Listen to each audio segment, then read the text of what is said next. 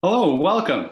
Welcome to my video blog as I bike into Africa. Normally, I should be live now. Thank you for your interest in seeing what I'm up to. Yeah. Hello, welcome. Welcome to my video blog as I bike into Africa. I've got terrible audio feedback. I need to sort that out. Okay. That should be a little bit better. So again, welcome everyone, and thank you for taking an interest in seeing what I'm up to as I cycle my way into Africa.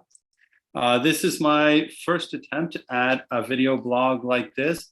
For past trips that I've done, sometimes I've done written blogs, sometimes I've made videos that I've uploaded here on this YouTube channel, including when I biked across Canada in 2017, and for the first half of when I was biking across Europe in 2018. I decided to give a try doing things live for a couple of reasons. First of all, I love live interaction. So if anyone is watching live and wants to say anything in the comments, ask questions. I am a teacher, so I'm used to being interrupted. Please don't be shy about anything. I want to do these blogs as an opportunity to share with anyone who wants to keep up to date on where I've been, what I've been up to. And I'll try and do it each week at 7 o'clock on Mondays. I'm probably going to change the time in a couple of weeks once I hit Mauritania. But a couple of things I want to do is just show a couple of photos from where I've been, share some stories from the road, and I'll usually try and incorporate at least one experiment as well. For those of you who don't yet know me and know what I'm doing here, like I've done for the past several years, I'm discovering new places, largely by bicycle, trying to visit schools, meet teachers, share ideas. And one of the big things this year is my new science show, Experiments World Tour, where just 2 weeks ago in Morocco, I did my 4th continent since starting in June, 13th country. I'm just going to share a map to outline where I've been, where I'm going, and then share a couple of photos. Just pulling up the map. There's always a lag when doing things live. Okay, here we go. And I've got a blank satellite picture that shows Paris up near the top, like France, if you know the outline of Europe well. I skipped over Spain this time. I've biked to and across Spain a couple of times. I love it, but middle of the winter, not the best time of year for it. So I started here. At this zoom level, you can barely tell that there's a strait of water through there, the Gibraltar Strait between Tarifa and Tangier, where I started. Biked down more or less along the coast to Casablanca, through Marrakesh, and I'm right here in Agadir right now. I'll be continuing. You can kind of see, and this is one of the reasons why, like, I put a zoom level. It gets a lot drier through this part of the world. So it's the world's biggest desert. I'll be hugging the coast where it's not so, I mean, it is dry, but it's not so deserted as the other places, but still fairly sparsely populated. And I'm hoping eventually to make it all the way down to Dakar, Senegal, down here. So I've been on the road for a couple of weeks, been to a couple of schools performing my my science show. And now I'm going to just show a couple of photo highlights of where I've been so far. So far, this is the favorite place where I've done experiments. A bit of a story behind this, and I'll get to it too. I'll go through most of the photos in chronological order. But this one was a unique enough time. So I was staying in a tiny town halfway between Casablanca and Marrakesh.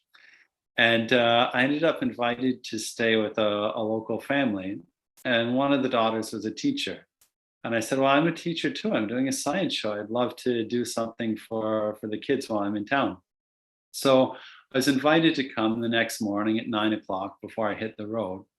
But I show up at 9 or like quarter past 9. There's a bunch of kids outside and there's no teachers. And eventually, like it gets to be getting close to 9:30. I'm like, a long ways to go today. Like, let's get on with it. So we decided just to do a couple of experiments in the street, which was a lot of fun, but like very different context. In terms of the road itself, here you can just barely not see Europe in the background near the beginning of the trip. So still on the coast from Tangier. I arrived, promptly went to a decathlon to get a bike from my sister who joined me for the first part of the trip.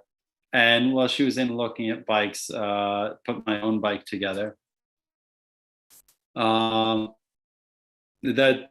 her there, up by Tangier. And me looking longingly, looking forward to the part across Europe with Europe just barely visible in the background. On a clear day, you can see Tarifa fairly well. It's a little bit hilly on the other side. It's not this point here, which is Spain, but on mainland Europe, that's Cueta, La Cueca. I should have looked up the proper name of where it is, but it's Spanish enclave in Morocco on the Africa side. But like in the back, the faint land is mainland Europe. And you can see near the start of the trip, like the satellite picture shows, kind of nice and green, not too different from what I'm used to in Europe. There's like plants by the side of the road, fixing a flat, adjusting my seat, adjusting brakes. There's always maintenance to be done on the road.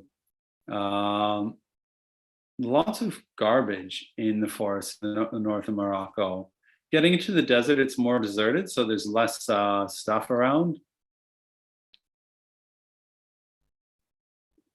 And working from the road as well. And you can see it hard at work teaching a course for teachers in Kazakhstan, as you do.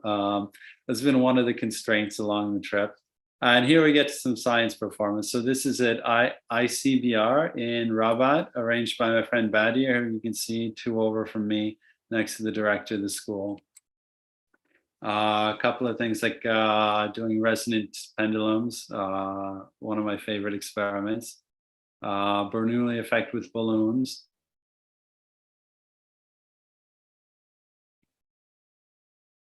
And here at the IEF,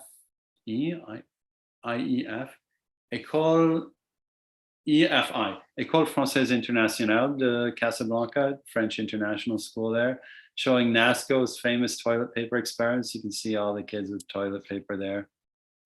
Resonant pendulums again. And a balanced one adapted from one I learned from Pedro Ola in Sardinia, but while I was in Kazakhstan for the Pro Energy Science Festival back in September. I'm sure he still does it better, but it's a good way of getting kids out of their seats while doing some stuff on equilibrium. Bernoulli effect again, and this is outside of that school in the little village. And I realized during that, those experiments more than any others, there's a significant language barrier here. Like I'm used to most places I go, I can either get by in English and someone will translate, or in French or in Spanish. But in this case, the woman I stayed with spoke French, but she didn't have much confidence to translate a lot of what I was saying while I was shouting over a crowd of busy kids, and then to like relay things in shouted Arabic. And so I really need to plan a couple more experiments that have completely nonverbal components. And I've had to think about it, and I'm looking forward to some of the next places I show up over the next week or two.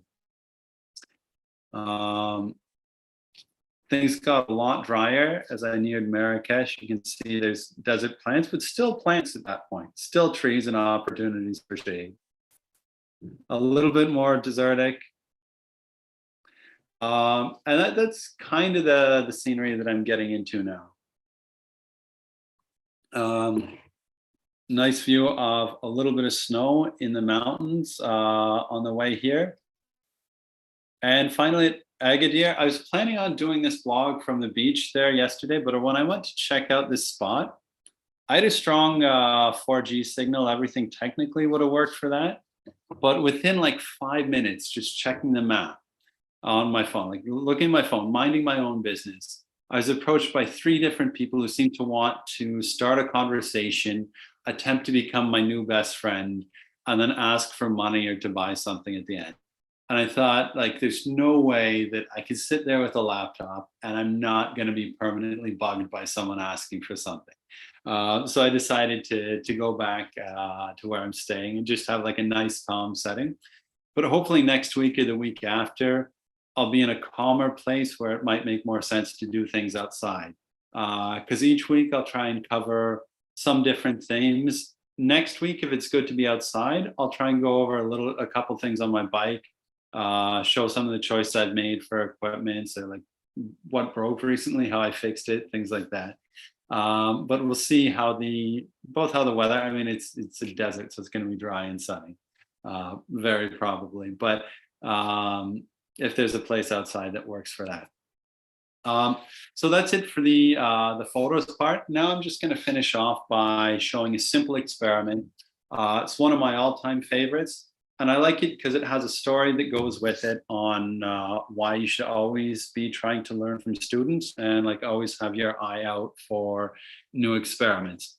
So this one I picked up from a student of mine about 15 years ago. I started teaching 15 years ago. This one I picked up about 6 years ago. And it uses 2 disposable straws, which luckily are still widely available in Morocco.